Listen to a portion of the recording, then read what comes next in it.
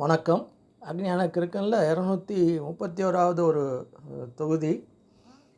அதாவது வீட்டுக்கு பக்கத்தில் ஒரு அயன் கடை, அதாவது தள்ளு வண்டியில் வச்சுக்கிட்டு காலையிலேருந்து சாயந்தரம் வரைக்கும் அயன் பண்ணக்கூடிய ஒரு மனிதர்.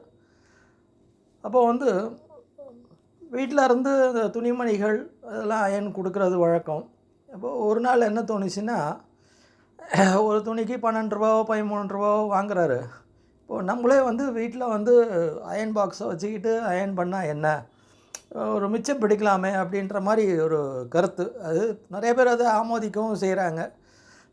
ஏன்னா நம்ம துணியை நம்மளே பண்ணாலும் கரண்ட்டில் ஒரு அயன் பாக்ஸ் வாங்கினோன்னா என்ன பெருசாக கரண்ட்டு செலவாகிட போகுது. ஆனால் ஒரு 10 உருப்படி போட்டால் ஒரு 100 ரூபா மிச்சம் ஆகுமே, நம்மளே செஞ்சுக்கிட்டால் என்ன அப்படின்ற மாதிரி ஒரு பேச்சு, அது மாதிரி ஒரு எண்ணமும் மனசில் வந்தது.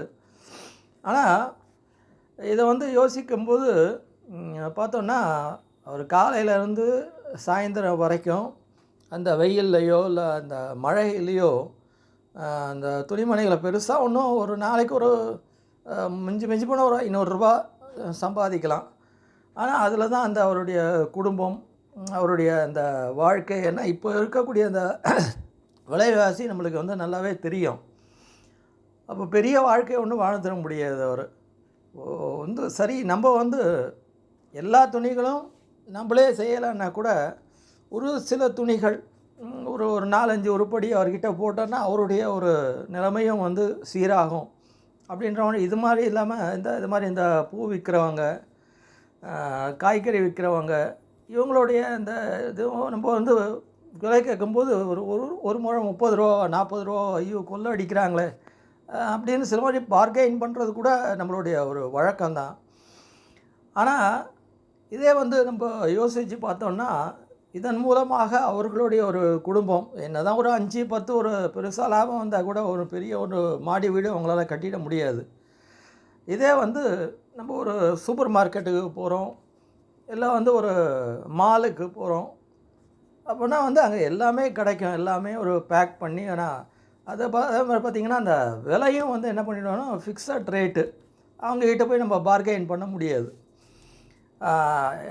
அப்படியே அவங்க சொன்ன விலை அந்த ஒரு கிரெடிட் கார்டையோ இல்லை ஒரு ஜிபேயோ பண்ணிவிட்டு நம்ம வர வேண்டிய ஒரு சூழல். அப்போ நம்மளுக்கு நல்லாவே தெரியும்.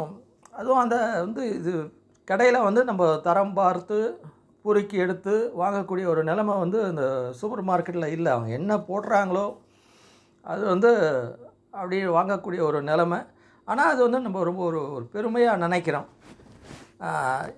அதை நம்ம ஓரளவு தவிர்க்கலாம். அதாவது நான் என்ன சொல்கிறேன்னா, எல்லாமே நம்மளால் செய்யக்கூடிய வேலையை நம்ம எல்லாமே வெளியே கொடுக்கணும்னு இல்லை. ஆனால் நம்மளால் ஒரு துணி போடுறோன்னா ஒரு 4 துணியை நம்ம அயன் பண்ணுவோம், ஒரு 2 துணியை அவங்கக்கிட்ட கொடுப்போம். சூப்பர் மார்க்கெட்டில் வாங்குகிற மாதிரி காய்கறிகளும் ஒரு தெருவோர கடையில் வாங்கினா நம்மளுக்கு ஒரு ஆத்ம திருப்தி, ஒரு பார்கெயின் பண்ணி ஒரு நம்மளுக்கும் ஒரு சாட்டிஸ்ஃபேக்ஷன், அந்த குடும்பம் பிழைக்கும் அப்படின்ற ஒரு எண்ணம் எனக்கு ஏற்பட்டது. அப்போது அந்த எண்ணத்தை உங்கள்கிட்ட பகிர்ந்துக்கலாம் அப்படின்ற ஒரு நிலை தான் இந்த ஒரு பதிவு. மீண்டும் ஒரு அடுத்த பதிவில் உங்களை சந்திக்கிறேன். நன்றி, வணக்கம்.